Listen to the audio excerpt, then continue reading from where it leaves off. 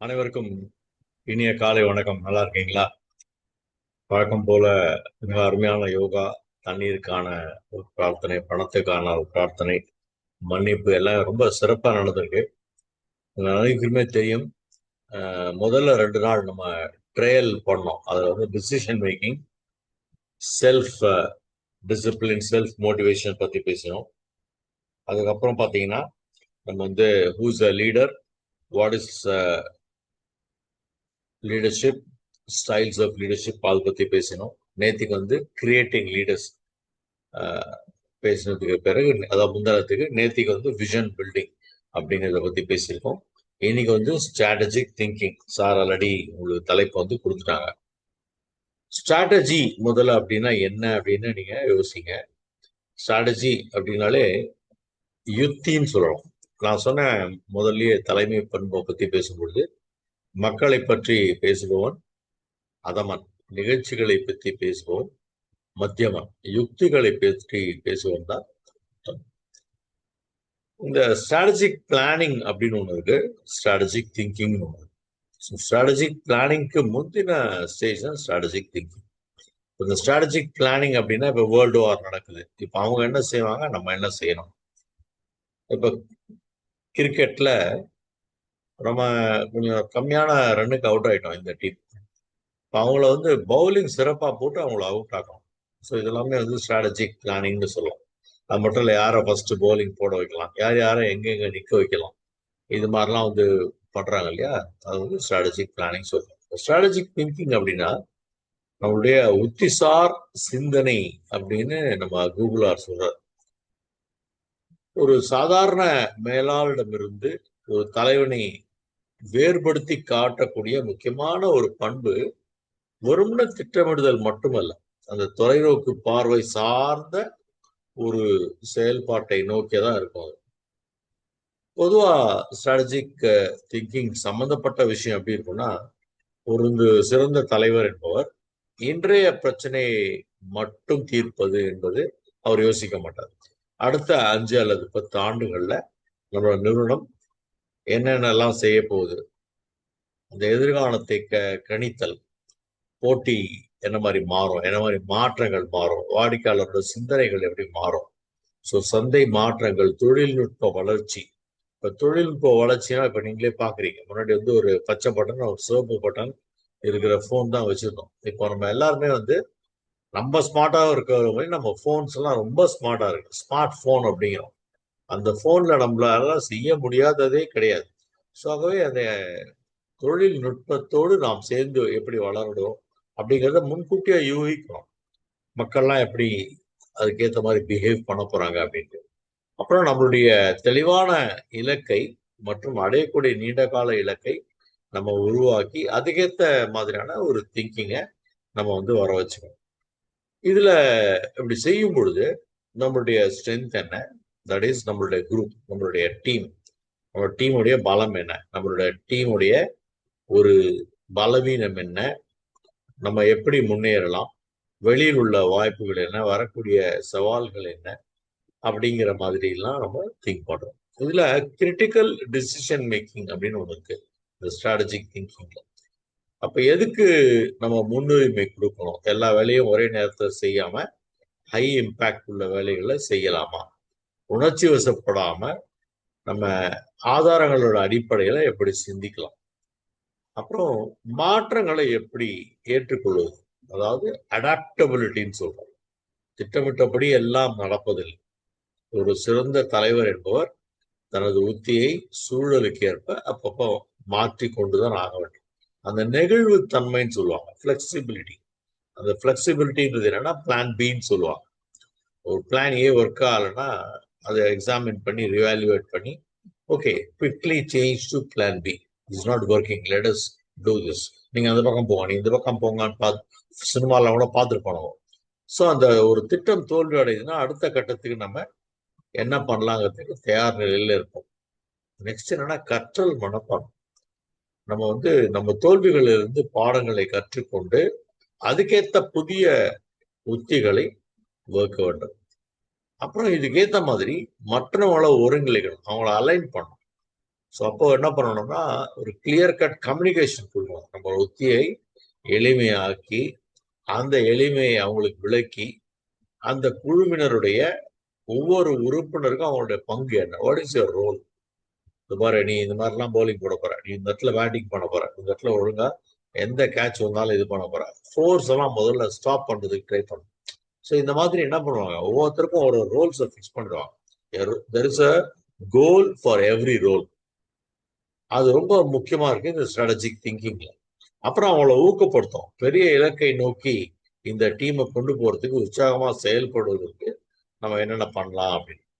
So இந்த strategic திங்கிங்கை வளர்த்துக்கு என்னெல்லாம் பண்ணலாம் அப்படின்னு பார்க்கும் பொழுது, நம்ம ஏன் இதெல்லாம் செய்யணும், இதனால என்ன பயன், வேற எப்படி எப்படிலாம் செய்யலாம் அப்படின்னு சொல்லிட்டு கேள்வி கேட்கணும்.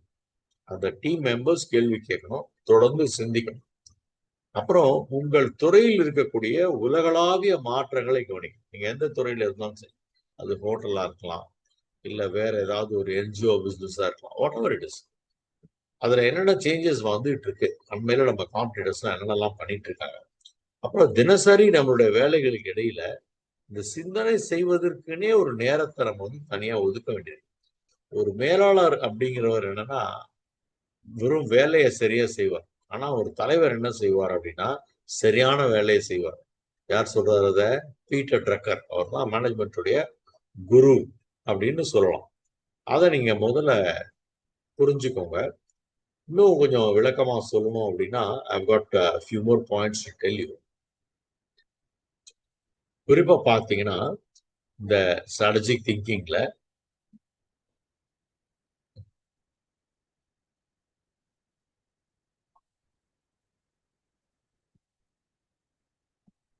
நம்மளோட பல பேர் கடினமா உழைக்கிறோம். ஆனா நம்ம ஹார்ட் ஒர்க்கோட ஸ்மார்ட் ஒர்க் தான் ரொம்ப நல்லதுன்னு சொல்றோம். ஸ்மார்ட் அண்ட் சின்சியர், ரெண்டு விஷயம் நம்மளுக்கு கண்டிப்பா தேவை. சின்சியர்னா என்ன, ரொம்ப நேர்மையா இருக்கிறது, விதிகள் எல்லாம் கடைபிடிப்பது. ஸ்மார்ட்னா என்ன, குறுக்கு வழின்னு அர்த்தம் கிடையாது. ஆனா with less time, with less effort, with less money, how can I get more results அப்படின்னு சிந்திக்கிறது தான் smart way of thinking. So அந்த ஹார்ட் ஒர்க்கை பத்தி மட்டும் சிந்திக்காம நம்ம நம்மளுடைய சிந்தனை நாம் நினைக்கக்கூடிய திசையை நோக்கி தான் போகுதா அப்படின்றத நம்ம யோசிச்சு பார்க்கணும். நெக்ஸ்ட் 5 இயர்ஸ்ல நம்மளுடைய திங்கிங் கரெக்டா கொண்டு போய் சேர்க்குமா?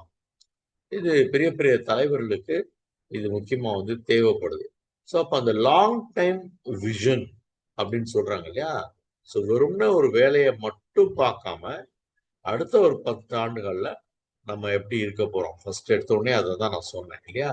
ஸோ அதை பத்தின ஒரு பிக் பிக்சர். பிக் பிக்சர்னா என்ன? நமக்கு ஏதாவது ஒரு கேமரால வேணாவோட நீங்க அப்படி என்ன பண்றீங்க, உங்க விரல்களால அது என்ன பண்றீங்க, அதை எக்ஸ்பேண்ட் பண்ணி பெருசு பண்ணி பாக்குறீங்க. ஸோ ஒரு சின்ன புள்ளி தான் தெரியணும், உங்க கன்னத்துல ஏதோ ஒரு காயப்பட்டிருக்கு, இல்லை அதை போட்டோ எடுத்துட்டீங்க, சரியா தெரியல, அதை அப்படியே நம்ம என்ன பண்றோம், பெருசு பண்ணி பார்க்குறோம். அந்த பிக் பிக்சரை மைண்ட்ல கொண்டு வரும், இப்படி இப்படிலாம் நடக்க போகுது, அப்போ நான் எப்படி செல்ல வேண்டும், நான் என்னென்ன விஷயங்கள் செய்ய வேண்டியிருக்கும். அப்ப அந்த சூழல் ஆய்வுன்னு ஒண்ணு முக்கியம் இருக்கு. அதாவது அந்த என்விரான்மெண்டல் ஸ்கேனிங் அப்படின்பாங்க. நம்ம சுற்றி என்னெல்லாம் நடந்துட்டு இருக்கு அதை உன்னிப்பா கவனிப்பது, அதுக்கேத்த மாதிரி நம்மள எப்படி தயார்படுத்திக்கலாம். அப்புறம் ப்ரையாரிட்டைசேஷன், நம்ம ஏற்கனவே பண்ணிட்டு இருக்கிற வேலைகள்ல எந்தெந்த வேலைகள் இப்போ அவ்வளோ அர்ஜென்ட் இல்லையோ அதெல்லாம் கொஞ்சம் ஓரம் கட்டிட்டு, எப்பவுமே என்ன சொல்லுவாங்கன்னா அந்த 80-20 பிரின்சிபல்பாங்க. 20% வேலைகள்ல நம்ம 80% கவனத்தை செலுத்தும். இந்த பிசினஸ்ல என்ன பண்ணுவாங்கன்னா 20% தான் டைமண்ட் செக்ஷன் இருக்கும், 20% தான் பட்டு சேலை இருக்கும். ஸோ அந்த 80-20 வேற. இந்த ஒரு ப்ரையாரிட்டைசேஷன்ல 80-20ங்கிறது என்னன்னா, நம்மளுடைய 20% வேலைகள்ல தான் நம்மளுடைய 80% கவனம் இருக்கணும். அப்படின்னு என்ன அர்த்தம், அந்த 20% தான் நமக்கு பெரிய ரிசல்ட்டே கிடைக்க போகுது.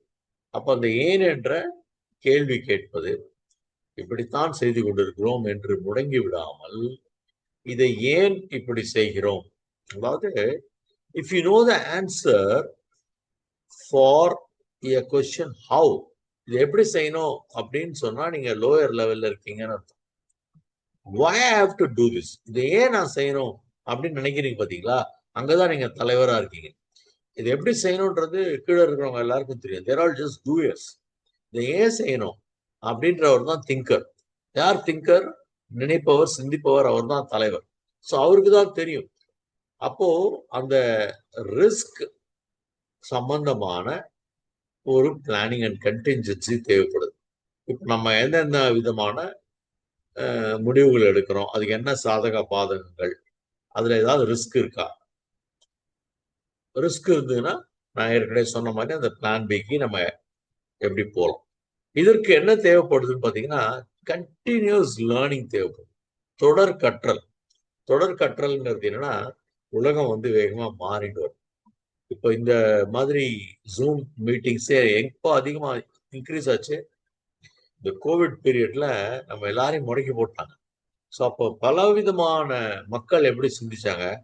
ஜூம் மீட்டிங் பண்ணிக்கலாம், அவங்க உட்காந்த இடத்துல அழகா படிக்கலாம், பெருசா டிராவல் டைம் நம்மளுக்கு மிச்சம். இப்போ இதே மீட்டிங்கை 5:25 நான் டி நகர்ல பண்ணணும். என் வீடு சோழிங்கநல்லூர்ல இருக்கு. ஸோ நான் எத்தனை மணிக்கு கிளம்பணும், நான் எங்க ரீச் ஆகணும், நீங்க எல்லாரும் வேற வேற இடத்துல இருப்பீங்க, எல்லாரும் ஒரு இடத்துல மீட் பண்ணி அசம்பிள் ஆகி அதை பண்ணணும். அதுக்கு பிறகு இப்போ என்ன இருக்கு, நிறைய நிறுவனங்கள்ல ஒர்க் ஃப்ரம் ஹோம் பண்றாங்க. ஒர்க் ஃப்ரம் ஹோம் பண்றதுனால என்ன ஆகுது? அது ஒரு பெரிய strategic thinking. Work from home பண்றதுனால பல பேருடைய அந்த எலக்ட்ரிசிட்டி சேவ் ஆகுது. அந்த அவங்க காஃபி டீ நிறைய குடிப்பாங்க. அப்புறம் அந்த கார் பார்க்கிங்கு, அதோட மெயின்டெனன்ஸ், ஆஃபீஸ் ஏசி ஓடிட்டே இருக்கணும். ஸோ இந்த மாதிரி வந்து நம்ம சுத்தி இருக்கக்கூடிய அந்த மாற்றங்கள் குறித்த அந்த பழைய சிந்தனைகளை வந்து you have to unlearn and you have to relearn. அன்லேர்ன்னா என்ன? ஏற்கனவே நம்ம பண்ணிட்டு இருக்கிற விஷயங்களை முதல்ல மறக்கணும். அப்பதான் புது விஷயங்களை நம்மளால புரிஞ்சுக்க முடியும், அதுக்குள்ள நம்மளை இணைச்சிக்க முடியும். அது ரொம்ப முக்கியம். அதுக்கு என்ன தேவைன்னு பாத்தீங்கன்னா, அந்த கனெக்டிங் த டாட்ஸ் அப்படிம்பாங்க, ஒரு இணைப்பு பாலம். ஒரு துறையில நடக்கக்கூடிய மாற்றம் அல்லது தகவல் இன்னொரு துறையை எப்படி பாதிக்கும்? இப்போ வந்து உதாரணத்துக்கு ஒரு வார் நடக்குது, அங்கேருந்து நமக்கு பெட்ரோல், டீசல், கேஸ்லாம் வரல. அப்போ அந்த வார் நடப்பதனால கப்பல்கள் வர முடியாததுனால ஹோட்டல்ஸ்க்கு கேஸ் வந்து சேரல, கேஸோட விலை ஏறி போச்சு, புக் பண்ணா லேட் ஆகுது. அப்போ அவங்க என்ன பண்றாங்க, நிறைய பேர் எலக்ட்ரிக்ல எப்படி சமைக்கலாம்னு வீட்டுல இருக்கிறவங்க சிந்திக்கிறாங்க. இப்போ ஹோட்டல்ல இருக்கிறவங்க என்ன பண்றாங்கன்னா, ரொம்ப நேரம் நம்மளுக்கு வந்து தோசை கல்ல காய வச்சுக்கிட்டே இருக்கணும். ஆனா தோசை கிடையாதுன்னு சொல்லிட்டோம். இல்லைன்னா இட்லி வேக வச்சு இறக்கிடுறான், வடை கொடுக்கறது இல்ல, பூரி கொடுக்கறது இல்ல, தோசை கொடுக்கறது இல்லை. அதுக்கு பதிலாக என்ன பண்றான், பொங்கல் கொடுக்குறான், இட்லி கொடுக்குறான், சாட் ஐட்டம்ஸ் எல்லாம் கொடுக்குறான், பிரெட் சாண்ட்விச் எல்லாம் கொடுக்குறான். ஸோ இதுலெல்லாம் வந்து நீங்க குக் பண்ண வேண்டாமோ, கேஸோடைய குறைவான செலவோ இல்லை கேஸ் செலவோ இல்லையோ, அதுக்கேற்ற மாதிரி ஒரு ஸ்ட்ராட்டஜி திங்கிங்ல ஹோட்டல்ஸ்லாம் இருக்காங்க, நீங்க பார்க்கலாம். இப்போ டீ வந்து என்ன பண்றான், போட்டு ஒரு கேன்ல போட்டு வச்சிடறோம். அந்த கேன் முடிஞ்ச உடனே தான் மறுபடியும் அடுப்பை ஆன் பண்ணி, இல்லாட்டா அடுப்புல பால் பாட்டு கொதிச்சுட்டே இருக்கும். ஸோ இது எல்லாமே என்னன்னா, அந்த துறை சார்ந்த ஒரு விஷயங்கள் என்னென்னலாம் நடக்கிறது. அப்போ நான் எப்படி எப்படிலாம் திங்க் பண்ணணும், அதை எப்படி நான் சிம்பிளிஃபை பண்ணணும், அதனால நான் எனக்கு என்ன பெனிஃபிட் கிடைக்க போகுது, இது எல்லாமே ஸ்ட்ராட்டஜிக் திங்கிங் தான்.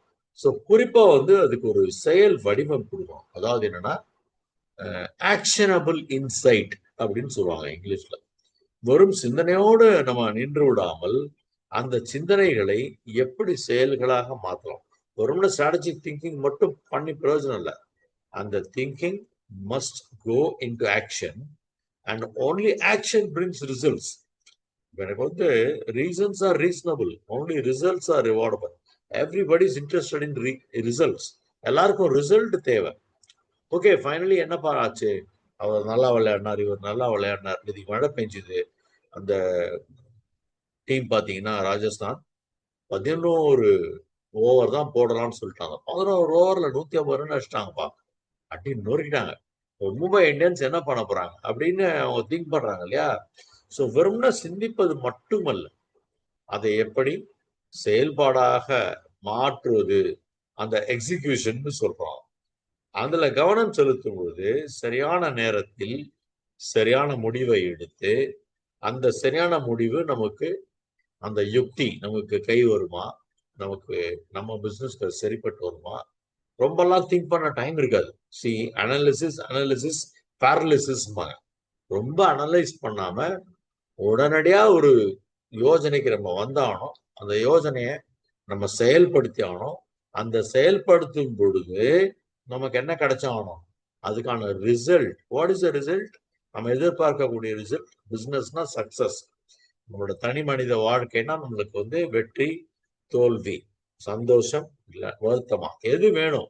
நம்ம தான் அதை முடிவு பண்ண போறோம். ஸோ ஆகவே அப்படிப்பட்ட விஷயங்களை பத்தி சிந்திக்கிறது தான் ஸ்ட்ராட்டஜிக் திங்கிங்.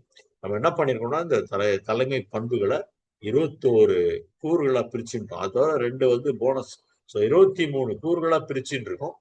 தினம் ஒரு விஷயத்தை எடுத்து 15 மினிட்ஸ் பேசுறோம். இன்ஃபேக்ட் இதை பத்தியே 1 hour கூட பேசலாம், 1 day கூட பேசலாம். ஆனா நம்ம என்ன பண்றோம், ஒரு கேப்சூல் மாதிரி கொடுக்குறோம். ஒரு மல்டி விட்டமின் கேப்சூல் சொல்றாங்க இல்லையா, எல்லாமே அதுல இருக்கும். ஜஸ்ட் ஒரு கேப்சூல் போட்டாலே போதும். அந்த மாதிரி தான் இப்ப நம்ம பண்ணிட்டு இருக்கோம். நாளைக்கு மறுபடியும் நம்ம வேற ஒரு தலைப்போட சந்திக்க போகிறோம். அதுவரை உங்களிடமிருந்து விடைபெறுவது உங்களுடைய அன்புக்குரிய பாலசாமி.